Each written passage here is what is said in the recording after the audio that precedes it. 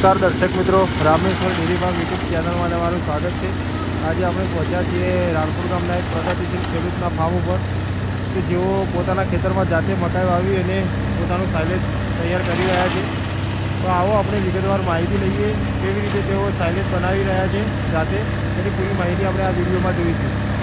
મિત્રો તમે જોઈ શકો છો, ખેડૂત મિત્રોએ પહેલાં આખા ખેતરમાં મકાઈ વાવી, ત્યારબાદ એનું જે મકાઈનું જે સાઇલેજ કરવાનું સ્ટેજ થાય 110થી લગભગ 120-20ની આજુબાજુ એનું સાઇલેજ બનાવવાનું સ્ટેજ થઈ જતું હોય છે।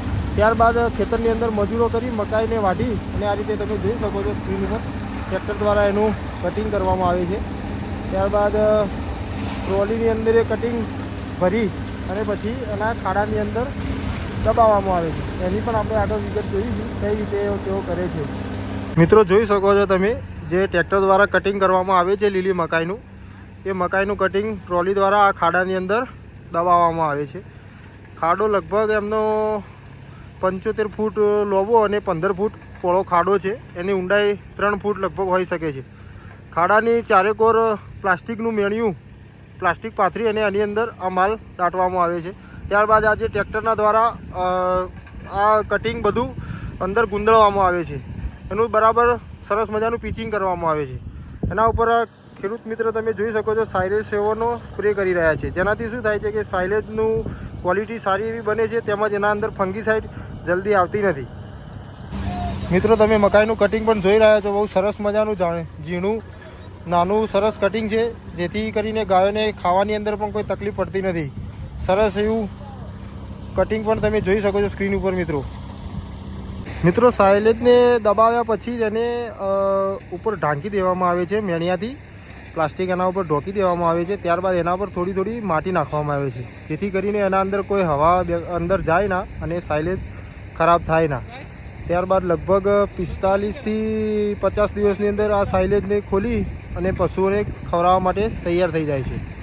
આ રીતે તમે પણ પશુપાલક મિત્રો તમારા ઘરે જાતે આ રીતે સાઇલેજ બનાવી શકો છો।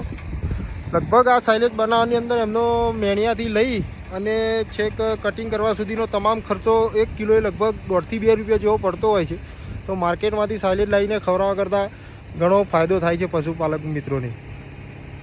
મિત્રો આપણે પશુપાલક મિત્રને થોડી ખાતરી કરીશું કે તેઓ સાઇલેજ કેવી રીતે બનાવે છે અને આ પોતે ઘરે સાઇલેજ બનાવવાથી એમને શું શું ફાયદા થાય છે તેની થોડી જાણ લઈશું।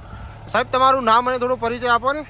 મારું નામ ચૌધરી સંજય કુમાર ધનજીભાઈ, ગામ રાણપુર, તાલુકો છોટાઉદેપુર, જિલ્લો મહેસાણા। સાહેબ તમે આ પહેલી વખત સાઇલેજ બનાવો છો કે એના પહેલાં ક્યારે કદી બનાવ્યું હતું? 3 સાલથી આપણે સાઇલેજ બનાવીએ છીએ। બરાબર। તો તમે આ જે ઘરે સાઇલેજ બનાવો છો ત્યાં એની લગભગ કોસ્ટિંગ તમને ખર્ચો કેટલો પડતો છે? પ્લાસ્ટિકથી લઈ અને શેડ તૈયાર કરવા સુધીનો તમામ ખર્ચો 1.5થી 2 રૂપિયા ખર્ચો પડે પ્રતિ કિલોએ 1.5થી 2 રૂપિયા। 1.5થી 2 રૂપિયા। બરાબર। તો સાહેબ તમે વેચાતું સાઇલેજ લાવો એના કરતી આ ઘરે બનાવવામાં સાઇલેજ બનાવી અને ખવડાવવામાં કોઈ ફાયદો થાય ખરો ગાયોને? ઘરે બનાવવામાં ચોખ્ખું સાઇલેજ આવે છે, બહારનું આવે છે એમાં થોડું કેમિકલ વાળું આવે। બરાબર બરાબર। ઘરે બનાવીએ સારું બને, સારામાં સારું સાઇલેજ। બરાબર। સાહેબ આ સાઇલેજ ખવડાવવાથી તમને શું ફાયદો થાય બીજી રીતે? સાઇલેજ ખવડાવવાથી ગાયનો દૂધમાં વધારો થાય, ખોણમાં 50% બચત થઈ જાય। બરાબર બરાબર। તો મિત્રો તમે પણ આ રીતે તમારા ઘરે જાતે જેમ સંજયભાઈને સાઇલેજ બનાવી રહ્યા છે ઘરે જાતે, એ રીતે તમે પણ સાઇલેજ બનાવી શકો છો। જોઈ શકો છો તમામ રીતે આખો વિડીયોમાં કઈ રીતે બનાવવું બધી તમામ માહિતી વિડીયોની અંદર આપેલી છે। Thank you.